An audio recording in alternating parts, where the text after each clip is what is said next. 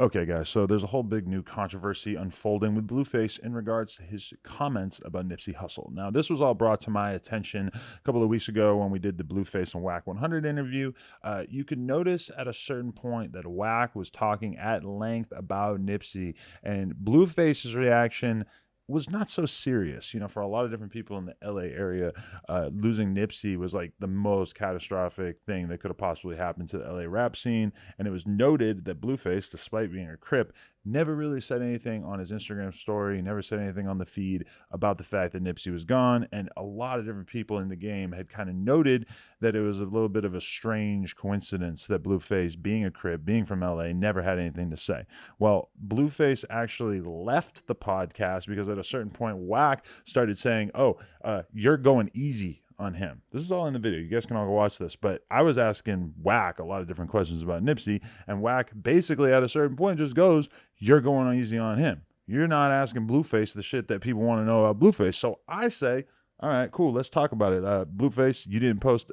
As it was coming out of my mouth, it became obvious that Blueface was not having this conversation, and he was out of there. He just straight up dipped. I thought that the media was going to run with it a little bit more and maybe make it out to be a real walkout situation. Normally when anybody walks out on an interview, this is just bait for the media. The media goes absolutely crazy for it. Well, it didn't really seem to make headlines in the way that I thought it would, even though that interview did go pretty viral on its own. Well, Wack went on to explain in this whole thing, and I just want to say that I think it's kind of good that this didn't necessarily go huge, because at the end of the day, it seems like people understand at this point a little bit more that gang members are not necessarily like members of the same team.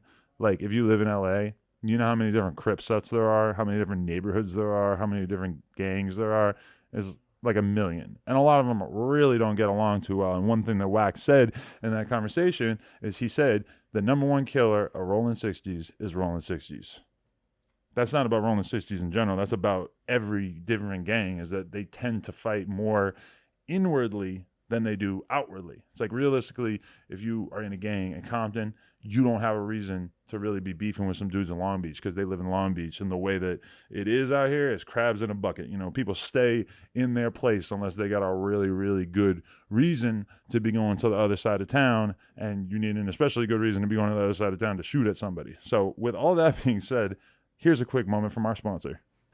Hey guys, just a quick word from our sponsor. Big shout out to Surfshark. Surfshark is my VPN of choice. A lot of those public Wi-Fi networks that you use when you're out and about on the town, they're not quite as safe as you think they are. And for somebody like me who's a bit of an international traveler, I quite frequently find myself under the rule of different governments who maybe don't have as progressive attitudes on free speech as we do here in the States. So good VPN is absolutely necessary. I would suggest that you immediately head on over to surfshark.deals/Adam and use my code ADAM. You will get 83% off of a 2-year plan and 3 months for free. That works out to like a couple dollars a month, which is really pretty incredible when you consider what you're actually getting. So for anybody out there who's at all concerned about their internet security, once again, head on over to surfshark.deals/Adam and use my code ADAM.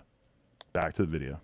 Okay, so with all that being said, let's talk a little bit more about Wack 100's explanation before we actually get into this article about Blueface's most recent statement about Nipsey. So Wack 100 basically explained, and I thought this was a pretty good explanation that I maybe had not necessarily fully processed previously. He said Blueface's hood was basically at war with Nipsey's hood. Now, maybe not at war. I don't know exactly what it was, but usually, when you have two different gangs that have problems with each other, it's about serious stuff. It's like people losing their lives probably on both sides of any gang situation. So it's actually kind of understandable that if Blueface's hood, schoolyards, weren't getting along with Nipsey's hood, 60s, or any of the different various people that are around and along for the ride on any of these situations, it makes sense that maybe Nipsey was in a position where he didn't feel comfortable saying RIP to somebody who was part of one of his enemy hoods. I don't want to say enemy because realistically it's like some of these situations, and I don't know everything about it, but some of these situations are things where like people hate each other so much for 6 months and then it's over. Now, that being said, a lot of people made a lot out of the truce thing, the whole Crip blood, whatever truce thing. I was just listening to the new Dave East album. They got Snoop Dogg on the end of it talking about how he's seen bounty hunters and 8 trays and blah, blah, blah, all in the same place, all in the same hoods.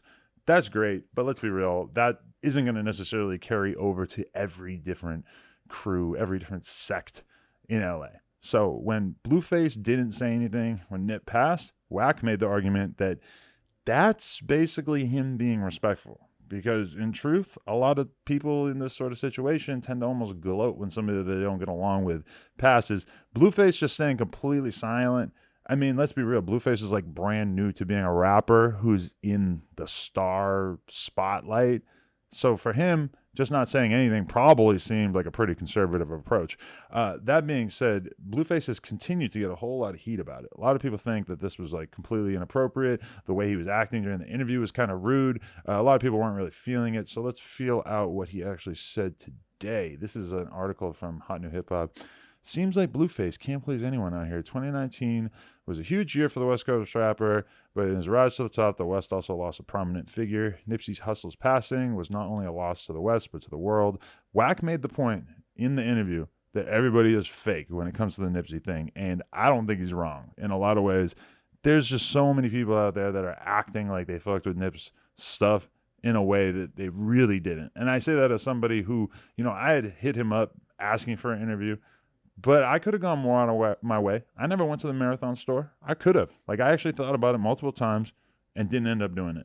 So I'm not one of these people who's out here running around saying free Nip 24/7 because I realized that I would be fake if I did that. I mean, Blueface is basically in exactly the same exact position, Actually, in this article, it said that Blueface did end up saying RIP to Nip. Did that happen? I might have missed this. Blueface pays respect to Nipsey Hussle on some fan page account with 2,000 followers. Whatever. We're going to keep it moving because I guess, maybe he did say RIP Nip, but he didn't keep it it wasn't a huge story when it happened. So I guess it's kind of understandable why people were maybe not so aware of it. Now, well, I just accidentally snuck a Fashion of a Men brand deal in here, didn't I? So yesterday, one of Nipsey Hussle's artists, Killa Twan, he made it clear that things will be on site if he sees Blueface. He took to Twitter in response to Blueface and Wack 100's explanation of the latter's inflammatory comments. On Nickerson's I'll F over Blueface in a heads-up squabble. Lil dude better watch his MFing mouth, him and Wack, Killa Twan wrote. This appears to have caught Blueface off guard since he hasn't said anything about Nipsey Hussle. He took to Twitter to issue a response, which seemed to be an attempt to distance himself from Wack 100's comments. And these are the tweets. Till this day, I haven't said one word about Nip, which this obviously, if he did say RIP Nip, then this is at least a little bit contradictory towards that. I didn't say one word about Nip. I don't know why y'all mad at me. And then he wrote Schoolyard Crip, and he spelled it all funny. Next tweet. N-words die every day, B. A little paid in full reference. A little Y instead of an I. Anyway, I guess this is just Blueface sort of being shocked at the extent to which him not having a comment about the Nipsey Hussle thing is being taken by the industry or by certain people in the rap game, in the LA streets, etc., as super, super disrespectful. And I mean, I understand it, and even in this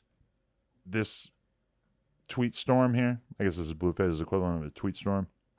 I mean, this is pretty disrespectful too. Let's be honest. To this day, I haven't said one word about Nip.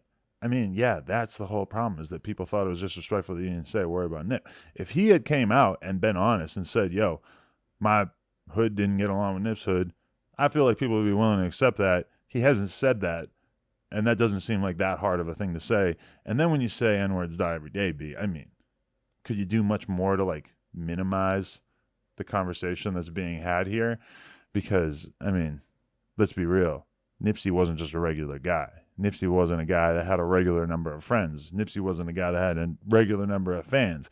Nipsey was an icon. Nipsey was one of the biggest names to come out of LA in many, many years, dozens of years. So, I mean, for Blueface to just act like Nipsey was just another guy and then him not saying RIP is just totally normal. I mean, you can kind of see how easy it would be for Blueface to have framed all of this in a way that would make people more understanding about why he didn't necessarily feel the need to say anything about Nipsey, and then maybe it wouldn't have all came out in such an odd way.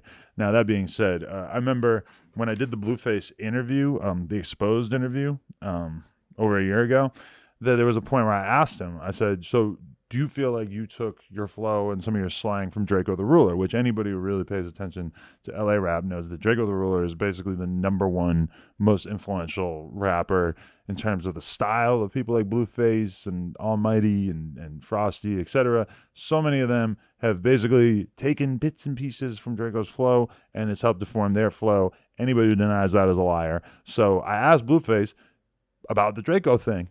Now, here's the thing.